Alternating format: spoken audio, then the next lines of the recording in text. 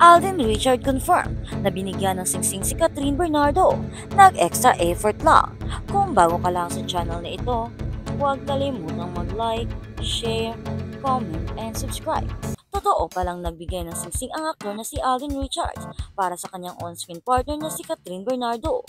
Kinumpirma ito mismo ng aktor sa isang exclusive interview ng ABS-CBN News with lie detector test pa. Ayon kay Alden, hindi ito birthday gift kay Kat, kundi pamalit lamang sa nawala nitong singsing.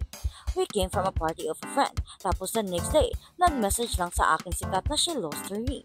Kwento pa ng aktor, nilinaw rin ni Catherine na isa itong health ring na nagmo-monitor ng kanyang health vitals upang makatulog siya ng maayos. Singit pa ni Alden, nag-extra effort lang naman tayo ng konti.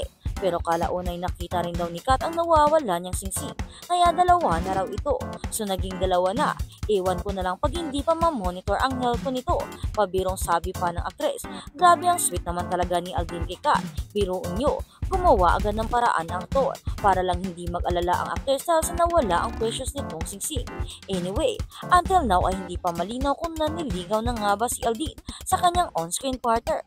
Base sa naging interview niya kay Boy Abunda, inilarawan niyang very deep ang koneksyon nila sa isa't isa. Yung meron po kami ni Catherine yon is I should say really deep and since I got a chance to really know her now personally.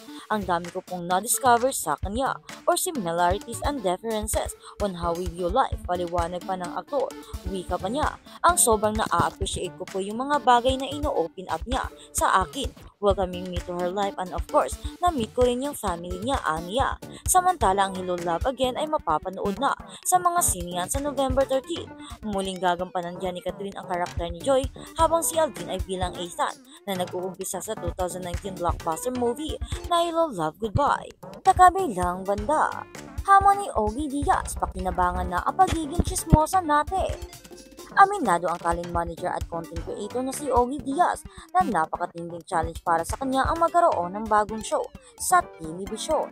Ang tinutukoy namin ay ang latest game variety show ng TV5 na Quizmosa, produced by Signal TV at Empress Ventures at mapapanood mula Lunes hanggang Sabado, 2:30 p.m. after ng Hit Bulaga. Ito ay para sa lahat ng showbiz at pop culture fans na mahilig sa mga chika sa entertainment industry. Ang Quizmosa ay isang chismis with a quiz show na magsisimula na ngayong araw, October 21, sa hapon champion block ng TV5. Hatid nito ang iba't ibang celebrity news trivia challenges na swak sa certified marites na gustong makichika at makiquiz. Tampok din sa bagong show ng TV5 ang mga nakakaintrigang impormasyon at balita tungkol sa mga paborito niyong mga artista. Quizmosa is the ultimate way for our viewers to test their inner marites, untold it, and have fun while doing it. Ani Panegrido R. Zaballero, TV5 President at CEO.